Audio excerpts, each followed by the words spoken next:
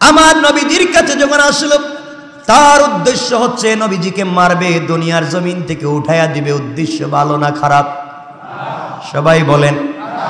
নবীজির কাছাকাছি পৌঁছে গেল। আমার নবীজি সাল্লাল্লাহু আলাইহি ওয়াসাল্লামের কাছে যখন কেউ আসতো, কোন ধর্মের লোক কে তিনি জানতে চাইতেন না, তাকে দাঁড়িয়ে সাথে সাথে বুকের সঙ্গে লাগাইয়া দিতেন। কোন সুবহানাল্লাহ। ইসলাম কত উদার! এই জন্যে ইলম শুধু কিতাব পড়ে পাওয়া যায় না। আল্লাহ রাসূলকে আল্লাহ বলেছেন ইলম সিনা দের সিনা, ইলম এক সিনার থেকে আরেক সিনায় যায়। এই জন্যে জিবরিল আমিন এসে আমার রাসূলকে বলছেন, পয়গম্বরে আরবি আপনি পড়েন না ইকরা। নবীজি বললেন আমি পড়তে পারি না। জিবরাইল বলছেন আপনি বলেন না ইকরা। আমার নবীজি বললেন আমি বলতে পারি না। জিবরিল আমিন আবার বলছেন ইকরা পড়ুন। নবীজি বললেন আমি পড়তে পারি না। জিবরাইল আল্লাহকে বলছেন আল্লাহ তাআলা আপনি কার কাছে কোরআন দিয়ে পাঠালেন? বেচারাকে 3 বার বলছি ইকরা, তিনি পড়তে পারেন না। আল্লাহ বললেন ও জিবরাইল, যার কাছে কোরআন নাজিল করেছি, যাকে আমি আল্লাহ বিশ্ব নবী বানিয়েছি, যাকে আমি আল্লাহ আমার বন্ধু হাবিবুল্লাহ বানিয়েছি, যার জন্য জান্নাত সাজিয়ে রেখেছি, যাকে আমার নামের পাশে জায়গা দিয়েছি, তাকে কষ্ট দিয়া জবান খুলে পড়তে হবে না। জিবরাইল রে, তুমি আমার বন্ধুর বুকের সঙ্গে বুকটা লাগাইয়া একটা চাপ দাও, তোমার বুকটা আমার বন্ধুর বুকের সঙ্গে লাগাইয়া দাও। আমি আল্লাহ পূর্ণ 30 পারা কোরআন তার বুকে নাজিল করার জিম্মাদার। ইলম তো সিনাদের সিনা। পয়গম্বর আরবির সামনে যদি কেউ আসে, তিনি দাঁড়িয়ে যান, সালাম করেন, জড়ায়া ধরেন। এই লোকটা আমার নবীজিকে আঘাত করবার জন্য এসেছে, নাঙ্গা তরবারি নিয়ে এসেছে। নবীজি দাঁড়িয়ে গেলেন, মুস্কি হাসলেন। আমার নবীজি যখন মুস্কি হাসতেন, দাঁতের অগ্রভাগ যদি বের হয়ে যায়, নবীজির মুস্কি হাসার আলোতে আসমানে চন্দ্র সূর্য পর্যন্ত অন্ধকার হয়ে যায়। আল্লাহু আকবার বলেন। আমার নবীজি কেমন ছিলেন? তিনি যখন রাস্তা দিয়ে হেঁটে যাইতেন, মাথা নিচের দিকে করে হাঁটতেন। লোকটা এসেছে আমার নবীকে আঘাত করবার জন্যে, দাঁড়িয়ে গেলেন, মুআনাকা করলেন, কপালে চুম্বন দিলেন। লোকটার ভিতরে যত চিন্তা ছিল এক নিমিষে দূর হয়ে গেল। আরে কারে মারতে আসলাম, কার সম্পর্কে শুনছি তিনি নাকি দাঙ্গাবাজ, কার সম্পর্কে জানলাম তিনি নাকি মারামারি কাটাকাটি করেন। এমন লোক কি দুনিয়ার জমিনে হতে পারে রে, যার চেহারার দিকে তাকালে পেটের ক্ষুধা দূর হয়ে যায়। আমার নবীজি জিজ্ঞাসা করলেন কেন এসেছে যুবক? যুবক বলতে পারতেছেন আপনাকে মারবার জন্য এসেছি। যুবক বলতেছে মুহাম্মদ ইবনে আব্দুল্লাহ, আমি একটা কাজে এসেছিলাম, ভুলে গিয়েছি, আবার যদি কখনো আসি আপনাকে বলবো, চলে যায়। এই কথা বলে যুবক দ্রুত গতিতে কেটে পড়ল। পয়গম্বর আরবি কিছুই বুঝতে পারলেন না। যুবক চলে গেল অনেক দূরে। বাড়িতে যাওয়ার পরে এই গোলামটা মুসলিম না, ঘুমিয়ে পড়ল। ঘুমের ঘরে সে ঘুমাতে পারে না। তার যখনই চোখ বন্ধ করে তখনই মনে করে তার বুকের সঙ্গে নবীজি জড়াইয়া ধরে রেখেছে। সেই সাত বলে যেতে পারে না, হারে রাসূলে পাক বুকে জড়িয়েছেন। আর পারে না, 3, 4, 5, 6 মাস চলে গেল। একদিন নিজেকে সামলে রাখতে পারল না। সিদ্ধান্ত নিল যে লোকটাকে মারবার জন্য গিয়েছিলাম, যে লোকটার বিরুদ্ধে কুৎসা রটনা করেছি, যাকে গালি দিয়েছিলাম দাঙ্গাবাজ বলে, তার কাছে যাওয়ার পরে তো এমন কিছুই পেলাম না। এমন মানুষ তো পৃথিবীতে হয় না।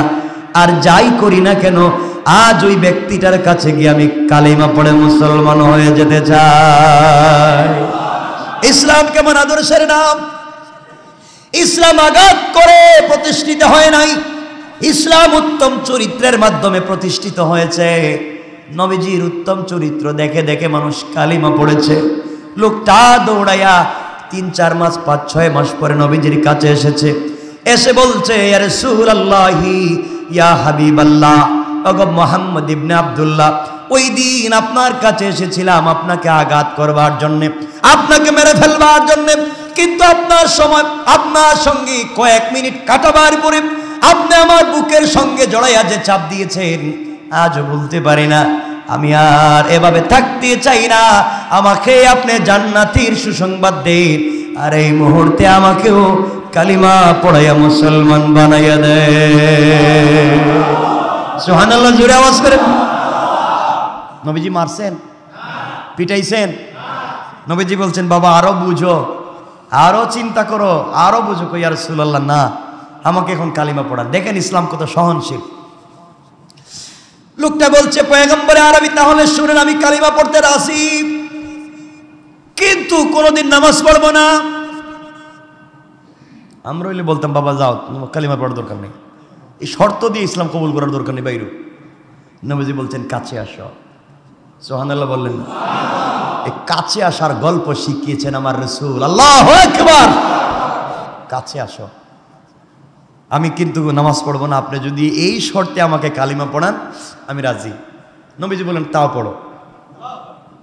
লোকটা কালিমা পড়ে মুসলমান হয়ে গিয়েছে, কিন্তু কি করবে না? আমি কিন্তু এই কদমে সেজদা দিতে পারবো না আল্লাহর, এই কাজ আমার দ্বারা হবে না। নবীজি বললেন ঠিক আছে, নামাজ পড়ার দরকার নেই, কালিমা নিয়েই থাকো। দেখেন ইসলাম কেমন ধর্মের নাম। আমার বন্ধুগণ, লোকটা চলে গেল। দীর্ঘ কয়েকদিন যাওয়ার পরে হঠাৎ করে তাকায়া দেখে 5 ওয়াক্ত নামাজের যখন আজান হয়, কোন মুসলমান বাড়িতে আর নাই। হাইয়া আলাল ফালাহ, কল্যাণ আমি রবের কাছে, আমি রব মসজিদে অপেক্ষা করতেছি, আসো। গোলাম আল্লাহর ডাক শুনে পাগলের মতো দৌড়াইয়া মসজিদে যায়। যুবক চিন্তা করে, আহারে আমিও তো কালিমা পড়ছি, বাড়িতে একা একা থেকে লাভ কি, আজ থেকে আমিও মসজিদে যেতে চাই। তাকে কি মারা লাগছে? নবীজির কাছে এসে বলছি ইয়া রাসূলুল্লাহ, আমি ওখান থেকে নামাজ পড়বো। নবীজি বলেন পড়ো। আমার কিন্তু শর্ত আছে। কি শর্ত? আমি নামাজ পড়বো কিন্তু ওযু করতে পারবো না। কি করতে পারবো? আমরা বলতাম বেটা নামাজ পড়বে ওযু করুন, ভাগ বাইরে মসজিদ থেকে, আমরা যে গরম মুসল্লি। নবী বললেন ঠিক আছে, থ্যাংক ইউ, শুকরিয়া, জাযাকাল্লাহ, আসছো, নামাজ পড়ো, ওযু করার দরকার নেই। তাও আসো, তাও আসো, দূরে যাইও না। আমি তো ভয় পাচ্ছি মুসলমানদেরকে দূরে সরাতে সরাতে। অন্য ধর্মের লোক তো মুসলমানদের কাছে আসা দূরের কথা, মুসলমানরাই আসে না, ঠিক কিনা বলে? দূরে সরাইয়া দিচ্ছেন, ধাক্কা দূরে সরাইয়া দিচ্ছেন। কেন দূরে সরাবে? লোকটা এখন নামাজ পড়ে কি নাই? বলেন না। আমার বন্ধুগণ, এইভাবে দীর্ঘদিন চলতে লাগলো। কয়েকদিন পরে একবার ফজরের সালাতে মসজিদে আসছে, এসে দেখে হযরতে আলী রাদিয়াল্লাহু তাআলা আনহু ফজরের সালাতের জন্য ওযু করতেছেন। হাত এতটুকুন ধুতে হবে, হযরতে আলী এতটুকুন ধোয়া শুরু করলেন। পা টাকনো পর্যন্ত না ধুয়ে হাঁটু পর্যন্ত ধুইতে লাগলেন। এই লোকটা জিজ্ঞাসা করে, ভাই আলী, আল্লাহর রাসূল বলেছেন হাত তো কোনই পর্যন্ত ধোয়া লাগবে, পা টাকনো পর্যন্ত, তুমি হাঁটু পর্যন্ত কেন আর লম্বা হাত পর্যন্ত ধোও কেন? হযরতে আলী বলছেন, যুবক তুই জানিস না আমি আমার রাসূল হাবিবুল্লাহ আল্লাহর পয়গম্বরের কণ্ঠে শুনেছি, নবীজি বলেছেন যারা সালাতের জন্য ওযু করে, ওযুর সময় যতটুকুন অঙ্গ ধৌত হয়ে যায়, কিয়ামতের দিন ততটুকুন অঙ্গ স্বর্ণের মতো উজ্জ্বল হয়ে যায়। কিয়ামতের দিনে উজ্জ্বল হয়ে যাবে, ওই অঙ্গগুলো উজ্জ্বল হয়ে যাবে, চমৎকার হয়ে যাবে। এই জন্যে আমি চিন্তা করলাম লম্বা করে একটু ধুই তো বেশি জায়গা উজ্জ্বল হবে। যুবক বলতেছে, বাইরে আমি তো এতদিন নামাজ পড়ি ওযু করি না, আজকের থেকে ওযু করব না, 5 ওয়াক্ত নামাজে গোসল করতে চাই। আল্লাহু আকবার। আমার হাত পাও কেন উজ্জ্বল হবে, আমার গোটা বডি উজ্জ্বল হয়ে যাক। সুবহানাল্লাহ বলে। মারামারি করতে হইছে, কাটাকাটি করতে হইছে? ইসলামকে শুধু বুঝাইয়া দিছেন, লোকটা বুঝে ফেলেছে, লোকটা মানতে পেরেছে। এভাবে ইসলাম প্রতিষ্ঠিত হয়েছে। এবং হাজার হাজার ঘটনা ইসলামের আছে। এই জন্য ইসলাম দাঙ্গা হাঙ্গামাকে প্রশ্রয় দেয় না, ফিতনা ফাসাদকে প্রশ্রয় দেয় না। ইসলাম শান্তির ধর্ম। তখন যখন আপনি কালিমা পড়ে সারেন্ডার করলেন আল্লাহর কাছে, কালেমা পড়ে বলেছেন আল্লাহ আমি সাক্ষ্য দিচ্ছি আপনি ছাড়া আর কেউ নাই, আমি একমাত্র কেবলমাত্র শুধুমাত্র আপনার তাওহীদ এবং রাসূলের রিসালাতকে স্বীকৃতি দিচ্ছি, আল্লাহ বলছেন তুমি যখন আমাকে আমার তাওহীদের স্বীকৃতি দিচ্ছ, আমার রাসূলের রিসালাতের স্বীকৃতি দিচ্ছ, তাহলে দুনিয়ায় চলবার পথে আমার হুকুম রাসূলের তরিকা ছাড়া তোমার কোনো বিকল্পে তৃতীয় কোনো পথ আর নাই। বলেন আছে? আপনি ঘুমাবেন কেমনে, এখানে যেমন আল্লাহর হুকুম আছে, রাসূলের তরিকা আছে। আপনি ঘুম থেকে উঠবেন কেমনে, ওখানে আল্লাহর হুকুম আছে, রাসূলের তরিকা আছে। আপনি সালাত আদায় করবেন কেমনে, এখানে যেমন আল্লাহর হুকুম আছে, রাসূলের তরিকা আছে। আপনি রাস্তা দিয়ে হাঁটবার সময় উপর দিকে তাকাবেন না নিচের দিকে তাকাবেন, ওখানে যেমন আল্লাহর হুকুম আছে, রাসূলের তরিকা আছে। আপনি থুতু কেমনে নিক্ষেপ করবেন, ওখানে যেমন আল্লাহর হুকুম আছে, রাসূলের তরিকা আছে। আপনি স্ত্রীর সাথে কেমনে থাকবেন, ওখানে যেমন আল্লাহর হুকুম আছে, রাসূলের তরিকা আছে। আপনি ওয়াশরুমে কেমনে যাবেন, ওখানে যেমন আল্লাহর হুকুম আছে, রাসূলের তরিকা আছে। এক কথায় একেবারে পিপিলিকার গর্ত থেকে নিয়ে রাষ্ট্রের সর্বোচ্চ জায়গা পর্যন্ত যেখানে যেভাবে চলতে হবে, সকল জায়গায় যেমন আল্লাহর হুকুম আছে, রাসূলের তরিকা আছে। আপনি নামাজে যেভাবে মানবেন, রুকু সিজদায় যেভাবে আল্লাহর হুকুম এবং রাসূলের তরিকা মানবেন, সালাম ফিরাতে গিয়ে যেভাবে আল্লাহর হুকুম এবং রাসূলের তরিকা মানবেন, ইন্তেকাল পর্যন্ত সকল কাজে, ব্যবসা বাণিজ্যে, লেনদেনে, সকল জায়গায় আল্লাহর হুকুম এবং রাসূলের তরিকা আপনাকে মানতেই হবে। আমি ভুল বলেছি? কেন মানবেন? আপনি তার গোলাম। কেন মানবেন? আপনি স্বীকৃতি দেন নাই? আপনি বলেছেন আমি আপনার গোলাম, আপনি আমার মুনিব। যে গোলামের দাসত্ব করবার সময় তার নিজস্ব স্বকীয়তা থাকে না, মালিক যা বলে তাই করতে হয়। এজন্য আল্লাহ বলছেন, আমার রাসূলকে বলছেন, সুবহানাল্লাযী আসরা বিআবদিহি। এখানে বলেন নাই বিরাসূলিহি। আমি আমার রাসূলকে মক্কা থেকে বাইতুল মুকাদ্দাস, বাইতুল্লাহ থেকে বাইতুল মুকাদ্দাস পর্যন্ত সফর করিয়েছি, এই কথা বলেন নাই। আল্লাহ বলেছেন আমি আমার এক দাসকে, আমি আমার এক গোলামকে, আমি আমার এক বান্দাকে বাইতুল্লাহ থেকে বাইতুল মুকাদ্দাস পর্যন্ত সফর করিয়েছি। সুবহানাল্লাযী আসরা বিআবদিহি লাইলাম মিনাল মাসজিদিল হারাম ইলাল মাসজিদিল আকসা। এখানে আব্দুন মানে গোলাম। আল্লাহ বোঝাতে চাচ্ছেন আমার সাথে সম্পর্ক যদি উন্নত করতে চাও, আমার সাথে যদি সম্পর্ক ভালো করতে চাও, তে পরিচয় একটাই, আমি তোমার মুনিব আর তুমি আমার গোলাম। তাহলে আমরা কার গোলাম? সবাই বলা লাগবে গোলাম কার? গোলাম যদি রবের হয়, রব যদি আমাদের মুনিব হয়, চলার পথে হুকুম মানব কার? সকল কাজে হুকুম মানব কার? পরিষ্কার? সন্দেহ আছে? নাই। আপনি বসে খাবেন না দাঁড়িয়ে খাবেন, আপনি টেবিলে খাবেন না নিচে খাবেন, আপনি থুতু ডানে ফেলবেন না বামে ফেলবেন, আপনি টুপি পরবেন নাকি পরবেন না, আপনি মসজিদের সামনের কাতারে সামনের সফে সালাত পড়বেন না পিছনে পড়বেন, আপনি চলবার সময় মাথা উপর দিকে না নিচের দিকে, আপনি মানুষের সাথে কোন সুরে কথা বলবেন, সব আল্লাহ তার রাসূলকে বলেছেন না বলেন নাই? বলেছেন। আল্লাহ হচ্ছেন হাকিম, হাকিম, হুকুম করনেওয়ালা, আমরা তার হুকুম পালন করনেওয়ালা। সুতরাং এখানে আল্লাহ বলছেন যে তোমরা চলার পথে মধ্যম পন্থা অবলম্বন করো। একজন ব্যক্তিকে হযরত আয়েশা দেখলেন যে বেচারা খুব মন্তর গতিতে হাঁটতেছে। মন্তর গতি বুঝছেন? কচ্ছপের মতো আস্তে আস্তে আস্তে আস্তে করে চলছে। জিজ্ঞেস করলেন আপনি তো আস্তে আস্তে হাঁটতেছেন কেন, ব্যাপারটা কি? তিনি উত্তর দিলেন আমি একজন আলেম, আমি একজন বড় কারি, আর আমি বড় হুজুর। আমি কি হুজুর? আমি কারি এবং বড় আলেম, এই জন্য আমি আস্তে আস্তে হাঁটতেছি। হযরত আয়েশা বলেন আপনি ওমরের চাইতে বড় আলেম, ওমরের চাইতে বড় কারি, যে ওমরের হাঁটার কন্ডিশন আপনার ইলমে কি আপনাকে ভার করে ফেলেছে যে আপনি হাঁটতে পারতেছেন না? আপনাকে মনে রাখবেন, আপনি যত বড় আলেম আর জ্ঞানী হন না কেন, আপনাকে তরিকা মানতে হবে রাসূলের। কথা বলেন না কেন? আপনার নিজস্ব কোনো তরিকা থাকতে পারে? কথাগুলো বুঝবেন। অনেক বিষয়, অনেক কথা আমরা সামনে সুযোগ করে বলবো ইনশাআল্লাহ। আমি জানি আমরা চলার পথে সব দিন ভালো যাওয়ার কথা নয়।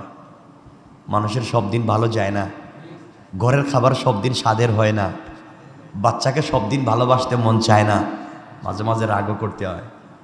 ঠিক বললাম না মনে হয়? রেস্টুরেন্টের খাবার সব দিন, কিন্তু যে রেস্টুরেন্টে গতকালকে খেয়েছিলেন খুব ভালো লেগেছে, আজকে বন্ধু বান্ধবদেরকে নিয়েছিলেন ওখানে খাবারের জন্য, কিন্তু আজকে ভালো নাও হতে পারে। কথা বলেন না কেন? সব দিন সমান নাও যেতে, সব সময় ভালো নাও যেতে পারে। আচ্ছা, আল্লাহ কি বলছেন এই সময় সম্পর্কে, এই অবস্থান সম্পর্কে? আমরা এগুলো নিয়ে কথা বলবো ইনশাআল্লাহ। তো প্রথমে আল্লাহ বলছেন তোমরা চলার পথে মধ্যম পন্থা অবলম্বন করো। তাহলে আজকের থেকে আমরা খুব দ্রুত হাঁটবো, খুব স্লো? তাহলে কেমনে? মধ্যম পন্থা। শুধু হাঁটার বেলায় এটা নয়, সকল কাজের বেলায়। আপনি খুব তাড়াহুড়া করতেছেন সব কাজে, কাজ নাও হতে পারে। আপনি আস্তে আস্তে মধ্যম পন্থা, বাইনাল ইফরাত ওয়াত তাফরিত, মধ্যম পন্থা অবলম্বন করে চলেন। ফয়সালা করে দিবেন কে? আল্লাহ। আচ্ছা, এরপর আল্লাহ বলছেন ওয়াগদুদ মিন সাউতিকা, এবং তোমাদের কণ্ঠস্বরকে নিচু করো। মহিলাদের কথা বলছেন না সবার কথা? কথা বলেন। সবার কথা বলছেন। ওয়াগদুদ মিন সাউতিকা, তোমরা তোমাদের কণ্ঠস্বরকে নিচু করো। সবাইকে। আমরাও যেন মানুষের সাথে কথা বলতে রাগ করে চিল্লিয়ে কথা না বলি, নম্র এবং ভদ্রতার সাথে কথা বলি। আমি বুঝাতে পারলাম? আমরা যখন কারোর সাথে কথা বলি তখন মারামারি রাগারাগির সুরে কথা বলি। কিছু লোকে তো আস্তে কথা বলে মনে হয় মাইল লেগে গেছে, আছে না লোক? এই জন্য আপনাকে খুব ধৈর্যশীলতার সাথে, নম্র ভদ্রতার সাথে কথা বলতে হবে। এগুলোর আমরা একটা একটা করে ব্যাখ্যা নিয়ে আসবো, রসুল কেমনে কথা বলতেন।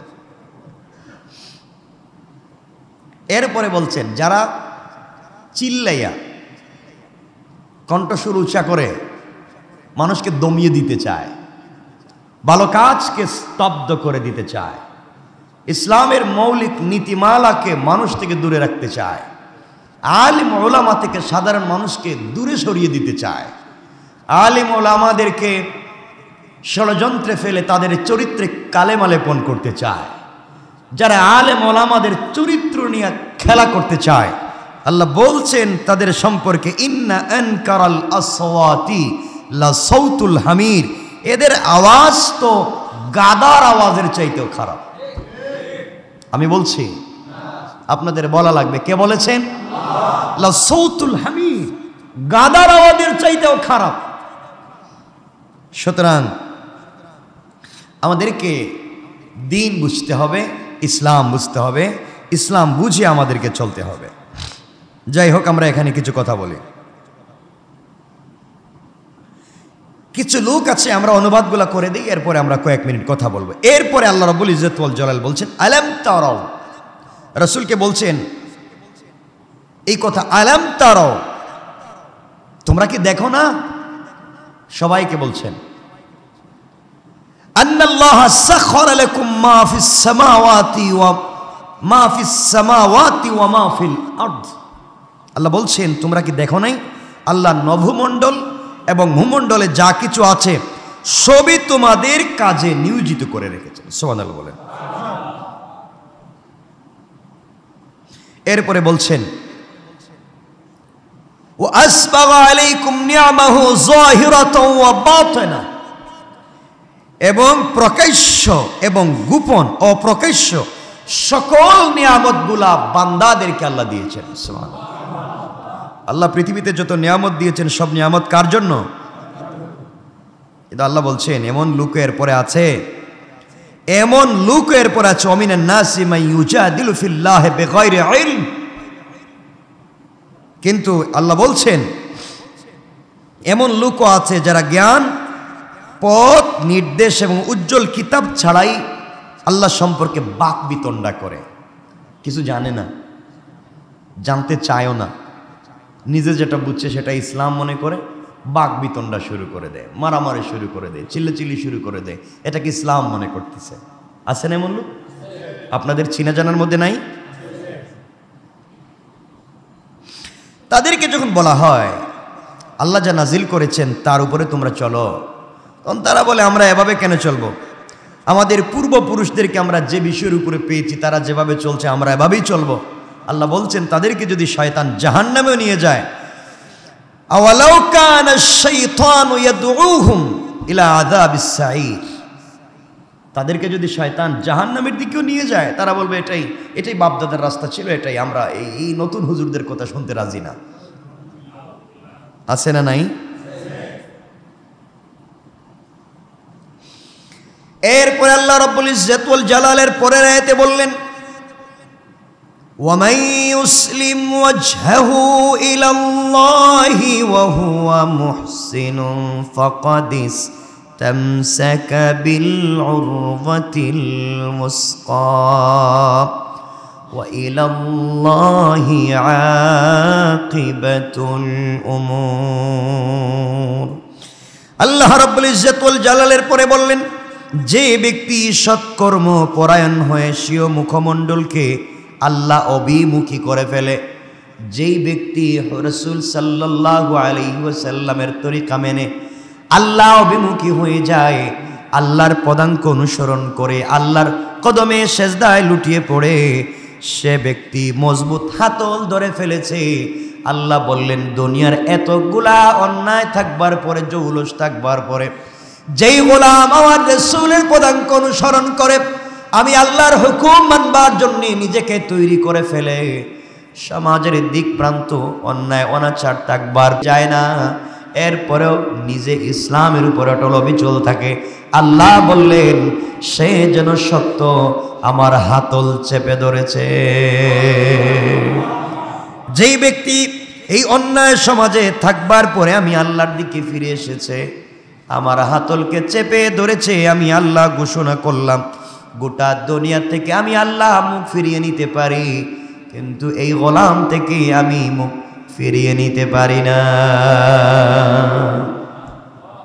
এই জন্য আমার বন্ধুগণ, এই দুনিয়ার জমিনে যা করি না কেন চলার পথে শুধুমাত্র কেবলমাত্র আল্লাহর হুকুম রাসূলের তরিকা ছাড়ার কোনো পথ নাই।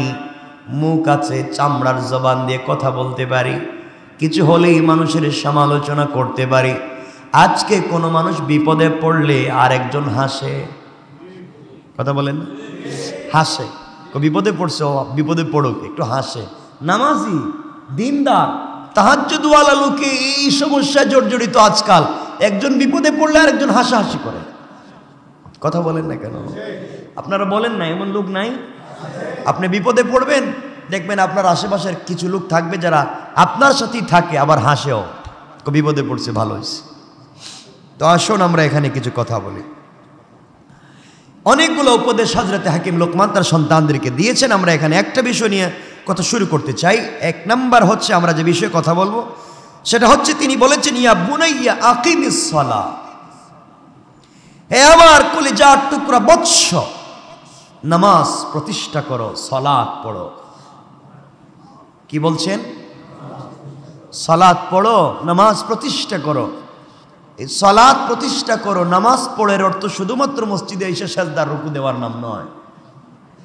এই মসজিদে রুকু সেজদা করতে আল্লাহকে যেভাবে মানলাম, মসজিদ থেকে বের হয়ে একইভাবে মানতে হবে। কথা বলেন, মানতে পারবো না ইনশাআল্লাহ? আমরা এটা করতে পারি না, কারণ নামাজ সকল অশ্লীলতা থেকে মানুষকে বাঁচিয়ে রাখতে পারে। আজকে আমরা নামাজ পড়ি না, আমরা যদি কালকে কেউকে বলি যে ভাই নামাজ পড়ো না কেন, তিনি বলবেন দেখবেন আমি ইনশাল্লাহ কালকের থেকে নামাজ পড়বো, কালকের থেকে নামাজ পড়বো, আজকে একটু প্যান্ট খারাপ, আজকে শরীর ভালো না, তো অজু ইস্তেঞ্জার আমি একটু ঝামেলায় আছি, আগামীকালকের থেকে মসজিদে আসবো। এমন কেউ বলে না? মনে বলেন, বলে না? আগামীকালকে নামাজ পড়বো বলতে বলতে হাজার হাজার মানুষ আজকে কবরে শুয়ে আছে, কিন্তু আগামীকালকে নামাজ পড়ার সুযোগ হয় নাই। ভুল বললাম? আগামীকালকে নামাজ পড়বো, এই আগামীকালকে বলতে বলতে হাজার মানুষ কবরে চলে গেছে, কিন্তু আগামীকালকে নামাজ পড়ার তার তৌফিক হয় নাই। তো আমি যে আগামীকালকে সালাত পড়তে পারবো এর কোনো গ্যারান্টি আছে? কথা বলে না কেন? আছে? নাই। এজন্য আল্লাহর ওয়াস্তে আমরা আল্লাহকে ওয়াস্তে নামাজি হয়ে যাই ইনশাল্লাহ। বলেন সবাই, বলেন ইসলাম হচ্ছে চলমান সকল সমস্যা এবং সংকটের বাস্তবসম্মত সমাধানের নাম ইসলাম। আমার কথা বুঝাতে পারিনি?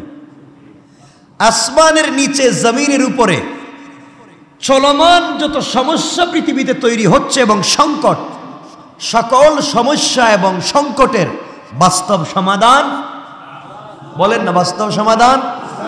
সবাই বলেন বাস্তব সমাধান ইসলাম। এই পৃথিবীতে যত সমস্যা চোখে পড়তেছে আজকে, যত সমস্যা ওয়ার্ল্ড ওয়াইজ, মারামারি, কাটাকাটি, টাকার মূল্য পড়ে যাচ্ছে, কোনো দেশ দেউলিয়া হয়ে যাচ্ছে, কোথাও হাঙ্গামা, মারামারি, রক্তপাত ঘটতেছে। সকল সমস্যার পূর্ণাঙ্গ সমাধান দিতে পারে একমাত্র ইসলাম।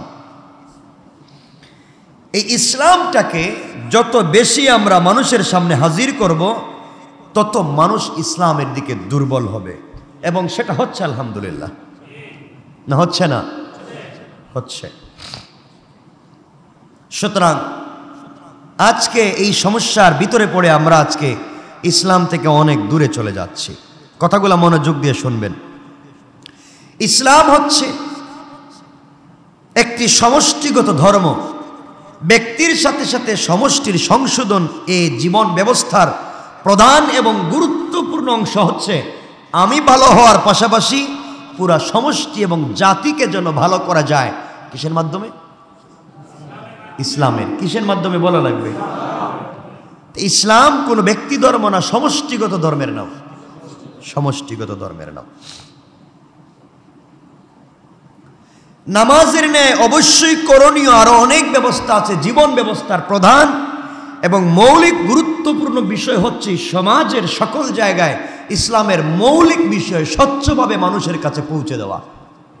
তাইলে ইসলাম নিয়ে মানুষের কাছে আর খারাপ ধারণা থাকবে না? না থাকবে? কিন্তু মানুষের কাছে যখন আপনি ইসলামের কাজগুলো পৌঁছে দিবেন, অর্থাৎ সৎ কাজের কথা বলবেন, অসৎ কাজ থেকে নিষেধের কথা বলবেন, অবশ্য এই করণীয় কাজ করতে গেলে মানুষ আপনাকে অনেক সময় খারাপও বলতে পারে। গোটা বিশ্বের মানুষের কাছে আপনি যখন ইসলামের মৌলিক সৎ কাজ এবং সৎ কাজের আদেশ ও সৎ কাজের নিষেধ করতে যাবেন, তখন দেখবেন অনেক দুঃখ কষ্ট বরদাস্ত করতে হবে। কি বলেন? সবাই বলেন। অনেক শ্রম, অনেক সাধনার প্রয়োজন হবে। এর উপর দৃঢ়পথ থাকা খুব সহজ ব্যাপার নয়। বিপদ যখন আসবে সহজ নয়। বিশেষ করে মানুষের পরিশুদ্ধির উদ্দেশ্যে, সমাজের পরিশুদ্ধির উদ্দেশ্যে, জাতিকে ভালো পথে নিয়ে আসবার জন্যে আপনি যখন সৎ কাজের আদেশ দিবেন, তখন দুনিয়ায় প্রতিদিন আপনার শত্রুর সংখ্যা বাড়তেই থাকবে, বিরোধিতার সংখ্যা বাড়তেই থাকবে। ভুল বলেছি? এজন্য এই উপদেশের সাথে সাথে আল্লাহ আরেকটা কথা বলেছেন, অসবির আলা মা আসাবাক ইন্না যালিকা মিন আজমিল উমুর। এসব কাজ সম্পূর্ণ করতে গেলে দুঃখ কষ্টের সম্মুখীন হতে হবে। তাতে যদি ধৈর্য ধারণ করে স্থিরতা অবলম্বন করতে পারো, তাহলে তোমাদের উপরে থাকবে আমি আল্লাহর হাত। সুবহানাল্লাহ বলেন। তাহলে ভালো কাজ করতে গেলে বাধা আসবে, বলেন আসবে? আসবে। অন্যায় কাজ থেকে সমাজকে বাঁচাতে হবে। মনে রাখবেন, আমরা এখানে বসে আছি, ইসলাম কখনো সাম্প্রদায়িক দাঙ্গা সৃষ্টি করতে পারে না। ইসলাম কোন ধর্মে আঘাত করতে বলেনি। মুসলমান যারা কোরআন সুন্নাহকে মানে, তারা কখনো পৃথিবীতে সাম্প্রদায়িক দাঙ্গা সৃষ্টি করতে পারে না। কথা বলেন না কেন? ইসলামের মৌলিক শিক্ষাই হচ্ছে অসাম্প্রদায়িক চেতনা। আমি এবছরের 1000 প্রোগ্রামে কথাগুলো বলেছি। 1 মিনিটে আপনাদেরকে বুঝাইয়া দিই এই পুরোনো কথাটাকে। ইসলাম কখনো সন্ত্রাসবাদকে সাপোর্ট দিতে পারে না। ইসলাম কখনো সন্ত্রাসবাদ, জঙ্গিবাদ, প্রোপাগান্ডাকে সাপোর্ট দিতে পারে না।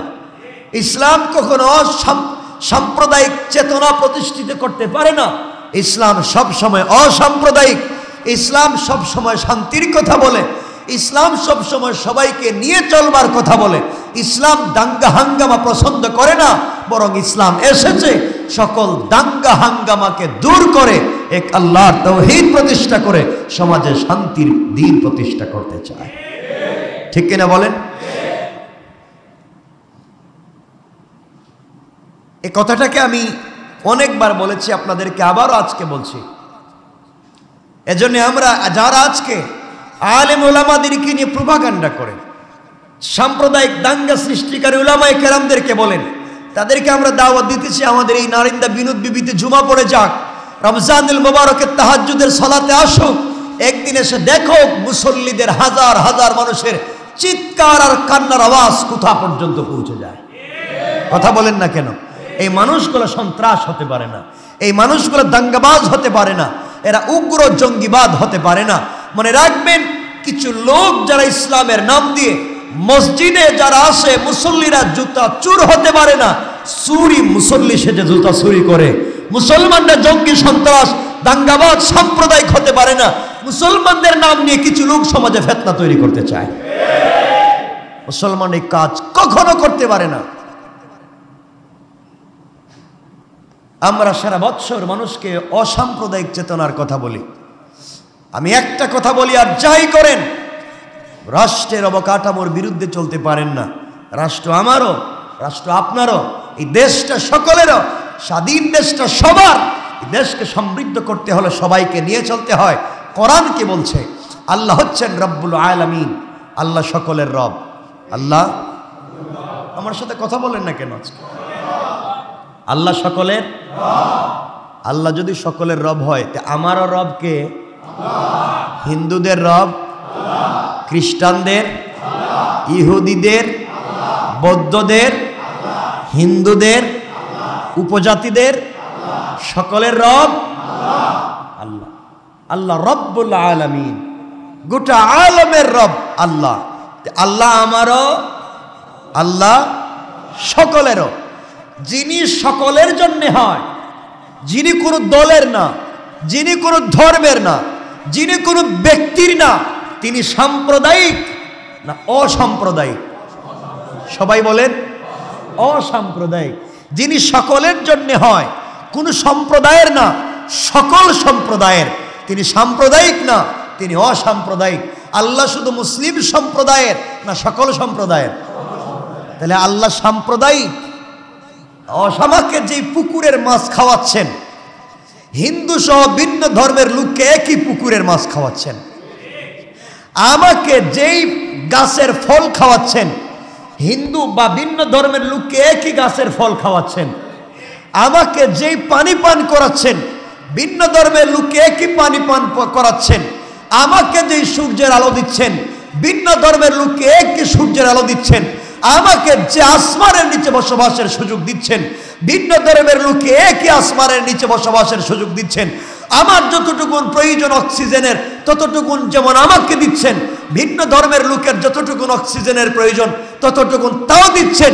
আল্লাহ দেওয়ার বেলায় কোন ধর্মের লোককে তা জানতে চান না, আল্লাহ দেওয়ার বেলায় বুঝাতে চান সে মানুষ কিনা। কথা বলেন না কেন? তাহলে আল্লাহ শুধু আমার না সকলের? তাহলে আল্লাহ সাম্প্রদায়িক না অসাম্প্রদায়িক? এই চেতনায় আমরা বিশ্বাস করি। এক, আল্লাহ রব্বুল আলামিন, আল্লাহ যে রসুলকে পৃথিবীতে পাঠিয়েছেন, আল্লাহ যে কোরআন দিয়ে রসুলকে পাঠিয়েছেন, শাহরু রমাদান আল্লাযী উনজিলা ফীহিল কোরআন হুদাল লিন্নাস। আল্লাহ কোরআন দিয়ে রসুল পাককে পাঠিয়েছেন। পৃথিবী যখন বিষাক্ত ছিল, পৃথিবীতে নারীদের কোনো সম্মান ছিল না, নারীদেরকে জীবন্ত কবর দেওয়া হতো। একটা মেয়ে জন্ম নিলে তাকে কুপিয়ে হত্যা করা হতো। পৃথিবীতে রক্তপাত প্রতিষ্ঠিত ছিল, মানুষ দাঙ্গা হাঙ্গামায় প্রতিষ্ঠিত ছিল। মা তার ছেলের সাথে জেনা করত, বাবা তার মেয়ের সাথে জেনা করত, ভাই তার বোনের সাথে জেনা করত।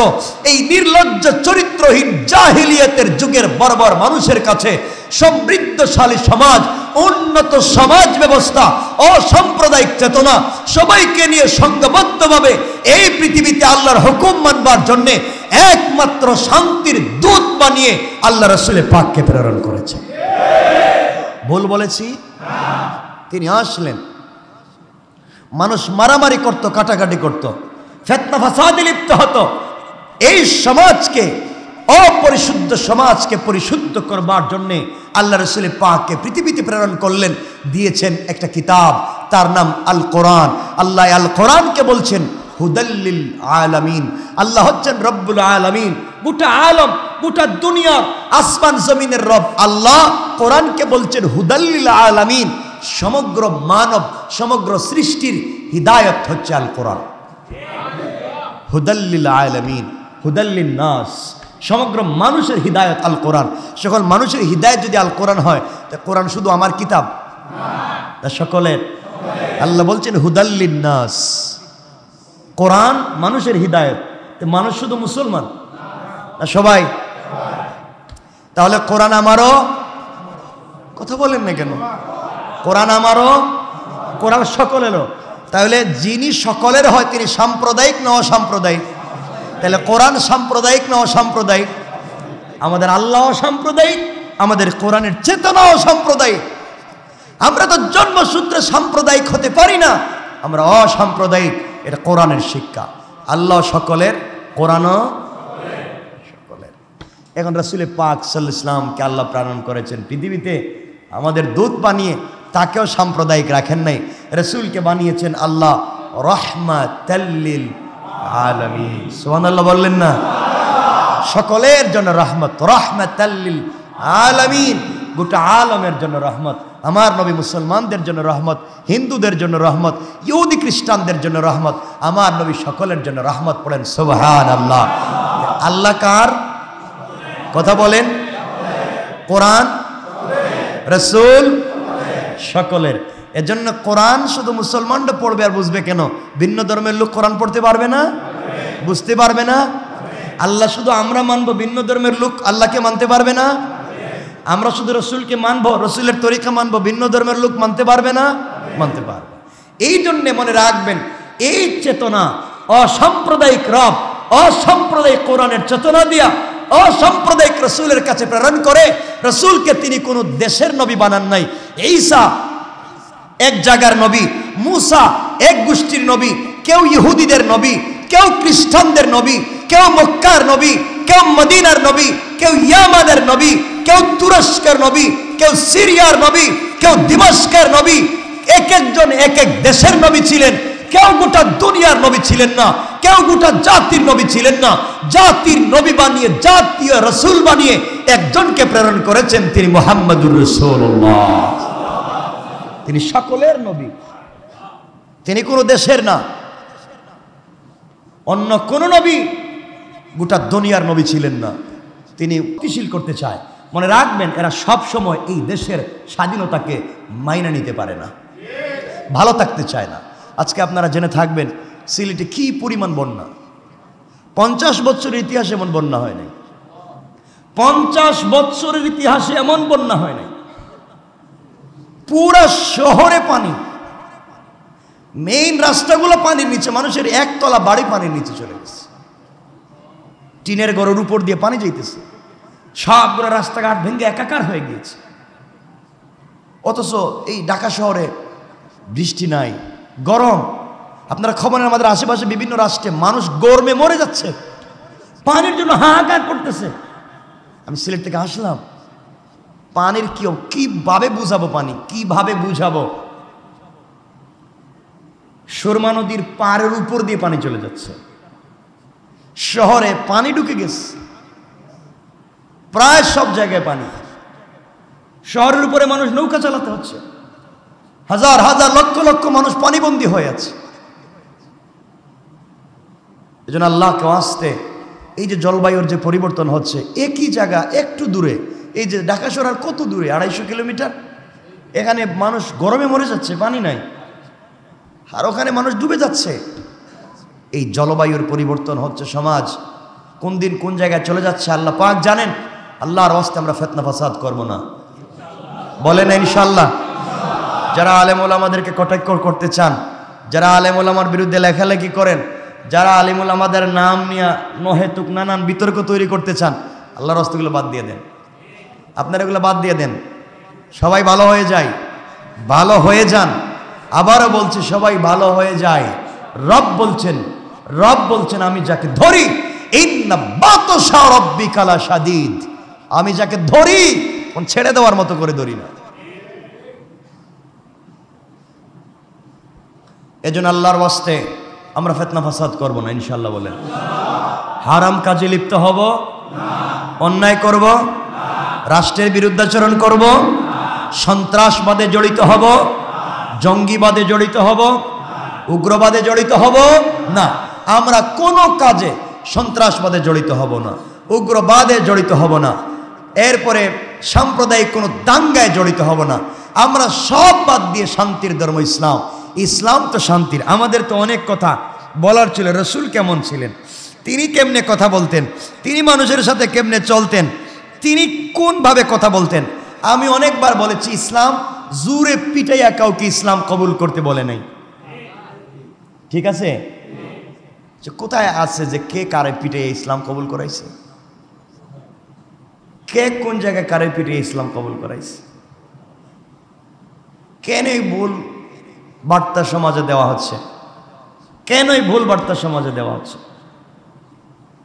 ওলামায়ে কেরামকে রাষ্ট্রের বিরুদ্ধে, ওলামায়ে কেরামকে সরকারের মুখোমুখি করা হচ্ছে কেন? এগুলো তো ঠিক না, অন্যায়। সব কিছুর শেষ আছে। এজন্য আল্লাহর ওয়াস্তে আমরা এই সমস্ত অন্যায় কাজে জড়িত হতে চাই না। আমরা কাজ কি, আমাদের কাজ কি বলেন তো? বলেন না। আল্লাহর হুকুম, রাসূলের তরিকা, এই তো। আর কিছু আছে আপনাদের? আর কিছু আছে? কোরআনের কোন জায়গায় আছে যে মারামারি কাটাকাটি করেন, হিন্দুদের বাড়ি জ্বালাইয়া দেন, মন্দিরে আগুন দেন? আছে? নাই। এই ফিতনাগুলো কেউ করেও না। দেশে যখন মাদকিয়াবায় সয়লাব হয়ে যায়, লক্ষ লক্ষ মসজিদের মিনার থেকে উলামায়ে কেরাম বজ্রকণ্ঠে কথা বলেন। কথা বলেন না কেন? এই অন্যায়ের প্রতিবাদ করেন। দেশে যখন দাঙ্গা হাঙ্গামা তৈরি হয়, তখন সাধারণ পাবলিককে শান্ত রাখবার জন্যে দিন বুঝাইয়া, অসাম্প্রদায়িক চেতনা বুঝাইয়া ভাই ভাই একসাথে চলবার মতো পরিবেশ উলামায়ে কেরাম তৈরি করে দেন। আমরা তো এটাও বলি, আপনার প্রতিবেশী যদি হিন্দু হয় আর আপনি যদি খান, ও যদি না খাইয়া মরে, আপনার প্রতিবেশী একজন হিন্দু, তার ঘরে খাবার নাই, আপনার ঘরে ৫-৬টা আইটেমের খাবার আছে, আপনি মারা গেলে কিয়ামতের দিন জাহান্নামী। আপনি প্রতিবেশীর হক আদায় করেন নাই। সে কোন ধর্মের আমরা জানতে চাই না, সে তো মানুষ। কেন আপনি তাকে সহযোগিতা করলেন না? কথা বুঝেন নাই? রাসূল পাক বলছেন, কিয়ামতের দিনে ভিন্ন ধর্মের লোক যদি মুসলমানদের বিরুদ্ধে কোনো অভিযোগ দায়ের করে, আর অভিযোগটা যদি সত্য হয়, রাসূল বলছেন আমি এই মুসলমানের বিপক্ষে থাকব। আমি যে কথাগুলো বলতে চাই, এই যে এতক্ষণ যে কথাগুলো বললাম, এরপরে দেখবেন কিছু লোক একবারে ফাউল, কিছু লোক আছে এরপরেও ইসলামকে মানতে চাইবে না। ইসলামের মৌলিক শিক্ষা তাদের কথা হলো, কেন এই সমাজে এভাবে চলবে? কেন হুজুররা মারামারি কাটাকাটিতে যায় না? শুনে রাখবেন, আলেম ওলামাদেরকে এই জায়গায় নিয়ে যায় না। আল্লাহর ওয়াস্তে বুঝেন ইসলাম কেমনে চলতে বলেছে। আমি একটা ঘটনা অনেক আগে বলেছি, আজকে 1 মিনিটে বলি। এখানে রাসূল পাক ইসলামের তিনি মানুষের সাথে কেমনে কথা বলতেন। শামাইলে তিরমিজিতে হাদিস এসেছে, হযরত হুসাইন রাদিয়াল্লাহু তাআলা আনহুকে জিজ্ঞাসা করা হলো, বলো না রাসূল কেমনে চলতেন? হযরত হুসাইন বলেন, আমি আমার বাপ হযরত আলী রাদিয়াল্লাহু তাআলা আনহুর নিকট বসা ছিলাম, তাকে বলতে শুনেছি রাসূল ইসলাম কেমন ছিলেন। নবীজি সাল্লাল্লাহু আলাইহি ওয়াসাল্লামের আচার ব্যবহার প্রকৃতি সম্পর্কে জিজ্ঞাসা করা হলে তিনি বললেন, সর্বদা প্রসন্ন, সকল অবস্থায় তিনি হেসে হেসে কথা বলতেন, হাস্যোজ্জ্বল থাকতেন। সুবহানাল্লাহ বলেন। নবীজি যখনই কথা বলতেন তিনি হেসে হেসে কথা বলতেন। সুবহানাল্লাহ নাই? যে লোকটা হেসে হেসে কথা বলতে পারে সে উগ্র হয়, সে সন্ত্রাসী হয়, সে জঙ্গি হয়? তিনি হেসে হেসে কথা বলতেন। তার চরিত্র ছিল বড় নম্র, আচার আচরণে ছিল বিনয়। সুবহানাল্লাহ বলেন। তার স্বভাব মোটেই রুক্ষ ছিল না, কথাবার্তাও নিরস ছিল না। তিনি উচ্চ সুরে কথা বলতেন না, অশ্লীল বাক্য বলতেন না, কারো প্রতি দোষ দিতেন না, কৃপণতা প্রকাশ করতেন না। সব সময় তার কাছে যা আছে তিনি এগুলা নিয়েই সবার সামনে থাকতেন।